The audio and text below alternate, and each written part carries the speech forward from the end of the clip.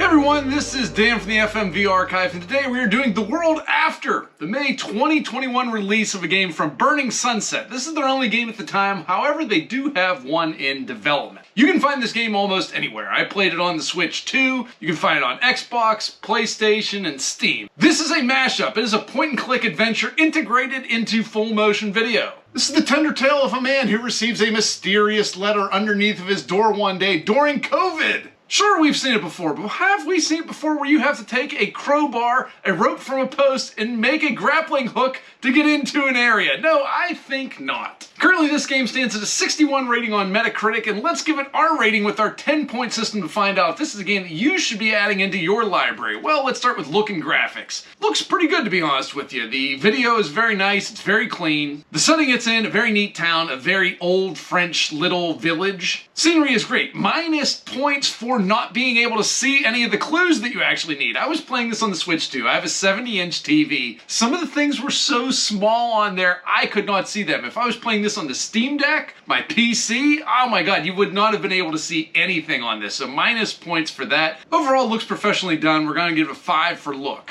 Number 2, the gameplay. As I said before, this is a point-and-click game integrated into full motion video. However, it is not done very well. There is a lot of lag time, you walking in rooms, cutscene of you walking into a room. And guess what's in that room? Absolutely nothing. Absolutely nothing. There are many things that you go to here that are just filling time. Another thing I don't like about it is the clues are totally nonsensical, and the things that you put together, you walk to a path. You have to put the map onto the path to walk through the path. I have the map. That should be enough. I shouldn't have to click on the map and click that. So you might get stuck doing that. Gameplay is very bad. The mixing of things is nonsensical. The finding of items is very difficult. Some are very small. Doesn't make sense that why you're finding these. The codes are on these are really stupid to find. It isn't good ways to do this. Terrible game logic. 1 overall for gameplay. Number 2, the story. You wake up. It's in the pandemic. All right, you're locked in. You're in a very small town where there's almost no people. Only 2 other people in this town. 3 other people, I guess, in this town other than you. You get this eerie letter. It says, go to this castle. It has this weird riddle on it. You go to the castle. You find a briefcase. Now I got to open up this briefcase. It has odd items in there. All of a sudden, there's a monster in there for no reason.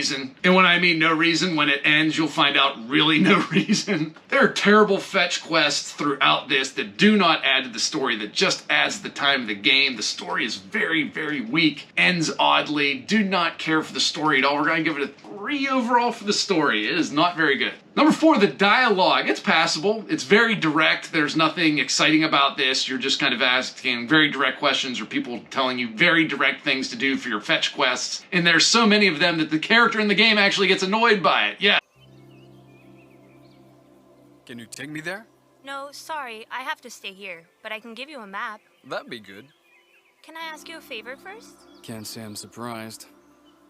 Dialogue is very repetitive, very boring. 4 overall for dialogue, and I think I'm giving it more than it deserves for that. Number 5, the consequences of your decisions. Since this is a point-and-click game, there are not too many choices to make. There are several, but the ones that you make, they do change the ending of the game, but the actual story path is fairly linear. Consequences overall are 3. Number 6, the acting. Besides the actors that are in this small town, there are also other video clips that you're seeing. They're kind of given some exposition of the story. They aren't very good. The acting in this is a little bit forced, a little bit trying a little bit too hard, a little bit big, maybe some theater people here. It's not very good. It's kind of below the bar for what a lot of FMV games out there are. The bar is really high for full motion video acting, and this doesn't quite meet it. 4 overall for the acting. Number 7, direction and cinematography. The scenery is great. Town is great. All the shots look really good, but there are just really weird pauses in between your walking. It's like you'll just stand there and you're going down the path. And it looks weird. It's not natural. The guy isn't moving. He's just kind of frozen in time there. Doesn't look very good. The walking scenes are crazy repetitive. I do not need to see you walking down a path to fill up 15 seconds of game time. That doesn't need to be there. Just get me to my destination at some point. We see those scenes way, way, way too many times. The other thing is I never felt tension in this game. Even when a monster shows up, it's just like, oh, okay, that's over. Yet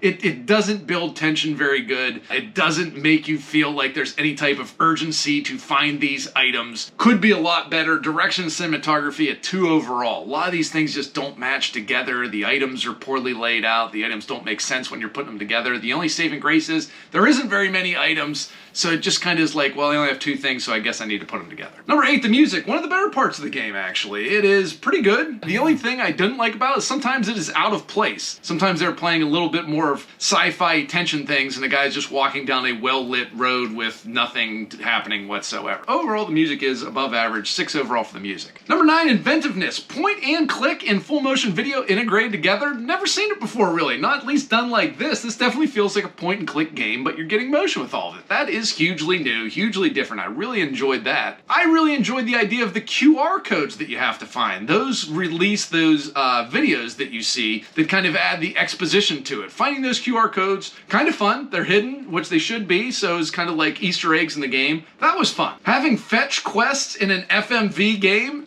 fetch quests aren't always all that fun, but it's new, it's different. Inventiveness, a lot of different ideas in this. I would give it a 10 overall for inventiveness. Number 10, fun. How much fun is this game? It is boring, the items are nonsensical, the puzzles are nonsensical, the monster does not look all that good. The game logic is terrible, finding the items is very difficult even on a big screen TV. Fetch quests in an FMV got really boring, especially because that was probably 40% of the game, maybe 50% of the game, just finding items for people in the town, so they give you another item to give to the person that gave you the fetch quest before that. I have no reason to replay this game. I did through it twice, didn't enjoy it either time. 1 overall for fun. That brings us to our final score, which is a 35. Ouch, not very great. But what is the final verdict? I picked up this game for $2.99. It's usually on sale for $12. $12 is robbery for this. I think it can be finished in maybe an hour and a half. At the most, I kind of took my time with it, and it didn't feel like I took that much time with it. If you must play point and click,